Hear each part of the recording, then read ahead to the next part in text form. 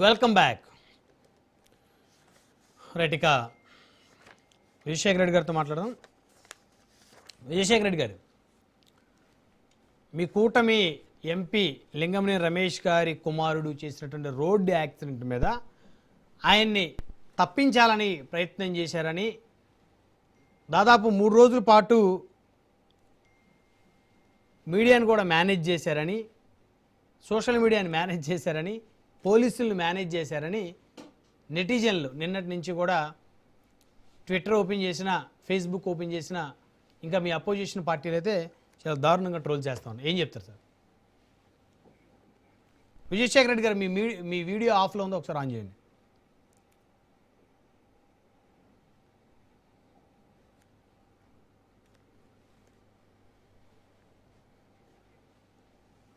Right,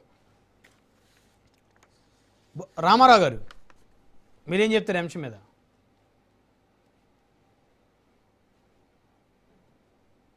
Ramarao గారు వినిపిస్తుంది నా వాయిస్ మీకు? వినిపిస్తుందండి. ఇక్కడ యా అంశం అండి, ఇక్కడ కార్ యాక్సిడెంట్ అనేది ఇది ఎక్కడైనా సరే జరిగినప్పుడు మనం చూసాం. జనరల్ గా జరిగినప్పుడు అది పోలీసులు యాక్షన్ తీసుకునేటువంటి పరిస్థితి ఉంటుంది. దీంట్లో సంజోష్ కార్ యాక్సిడెంట్ లో మరణించినటువంటి మహిళ తర్వాత మరణించింది, ఆమె ప్రమాదంలో మరణించింది అనేది సీసీ ఫుటేజ్ ద్వారా నిర్ధారణ అయింది. అయితే ఇక్కడ ఏమవుతుందంటే, మన రాష్ట్రంలో ఇటీవలనే అప్పలరాజు కుమారుడు ఏదో ఒక యాక్సిడెంట్ జరిగితే దాంట్లో ఒక యాదవ్ సామాజిక వర్గానికి సంబంధించినటువంటి వ్యక్తి మరణించాడని చెప్పేసి విజయవాడ నుంచి పార్థసారథి గారిని పంపించి అక్కడ ర్యాలీ చేయించినటువంటి పరిస్థితి ఉంది. ఎవరు పంపించారు? ఆయన వెళ్ళినట్టున్నారు స్వచ్ఛందంగా. బహుశా ఎవరండి? పార్థసారథి గారే వారే స్వచ్ఛందంగా వెళ్ళినట్లు ఉన్నారు అనుకుంటా.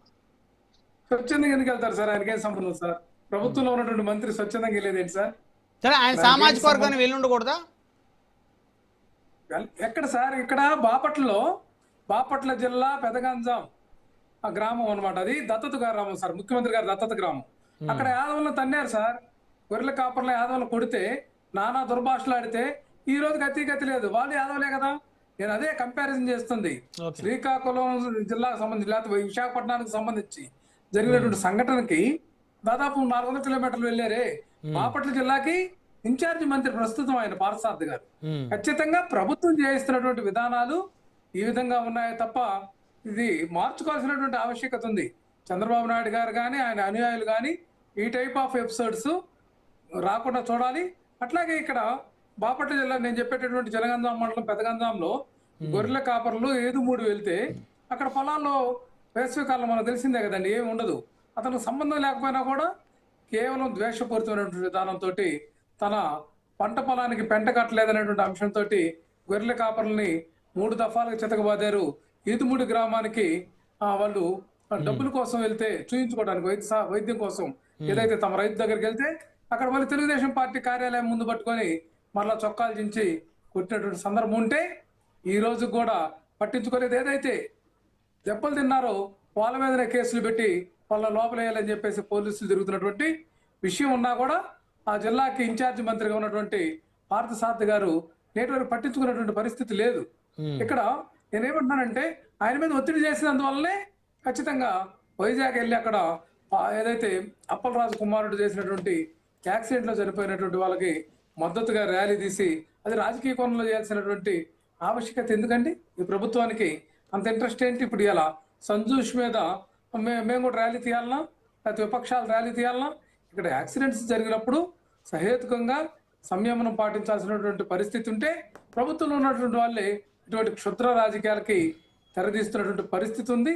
ఖచ్చితంగా మేమైతే ఈ హత్య విషయం, ఈ యొక్క మరణం విషయం మీద, ఈ కార్ యాక్సిడెంట్ మీద ఖచ్చితంగా మేమైతే రాజకీయం అయితే చేయగానే వీళ్ళ యొక్క ర్యాష్ డ్రైవింగ్ ఏదైతే డబ్బులు ఉన్నాయని వీళ్ళు ఖరీదైనటువంటి కార్లు తీసుకొని ఏదైతే ఢీ కొడుతున్నారు. ఈ మధ్య ఆ మెడికో ప్రియాంక అంశం కానీ ఇది కూడా చూస్తా ఉంటే ఈ అంశాలలో ఖచ్చితంగా వీళ్ళు ధన బలంతో వాళ్ళ అహంకారంతో చేస్తున్నటువంటి విధానం కనిపిస్తుంది. దానికి మనం అందరం కూడా వ్యతిరేకించాల్సినటువంటి పరిస్థితి అయితే ఉందండి. బ్రహ్మనాయుడు గారు,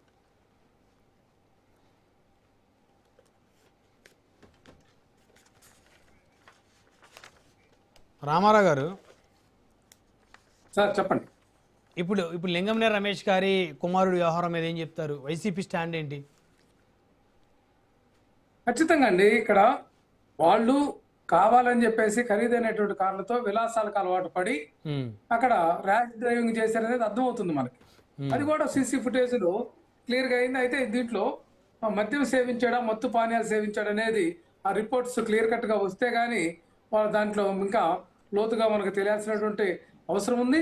ఏదేమైనా సరే జనరల్ గా జరిగినటువంటి యాక్సిడెంట్ అయితే మనం దాన్ని ఒక కోణంలో చూడాలి. కానీ ఈ విధంగా ర్యాష్ డ్రైవింగ్ ఏదైతే ధనం ఏదైతే ఎక్కువగా ఉన్నందువల్ల వాళ్ళ యొక్క అహంకారపూరితమైనటువంటి ర్యాష్ డ్రైవింగ్ అట్లాగే స్పీడ్ డ్రైవింగ్ అయితే మాత్రం ఖచ్చితంగా వ్యతిరేకించాలి. కళ్ళు నెత్తికెక్కి డ్రైవింగ్ చేయడం మాత్రం సమంజసం కాదు. అది ఎవరికైనా వర్తిస్తుంది. ఖచ్చితంగా లింగమనేని రమేష్ కుమారుడు సంజీష్ కూడా ర్యాష్ డ్రైవింగ్ చేశాడనేది ప్రాథమికంగా పోలీసులు నిర్ధారణ చేశారనే సమాచారం అయితే మనకైతే ఉందండి. ఓకే. మస్తాన్ రావు గారు మీరేం చెప్తారు?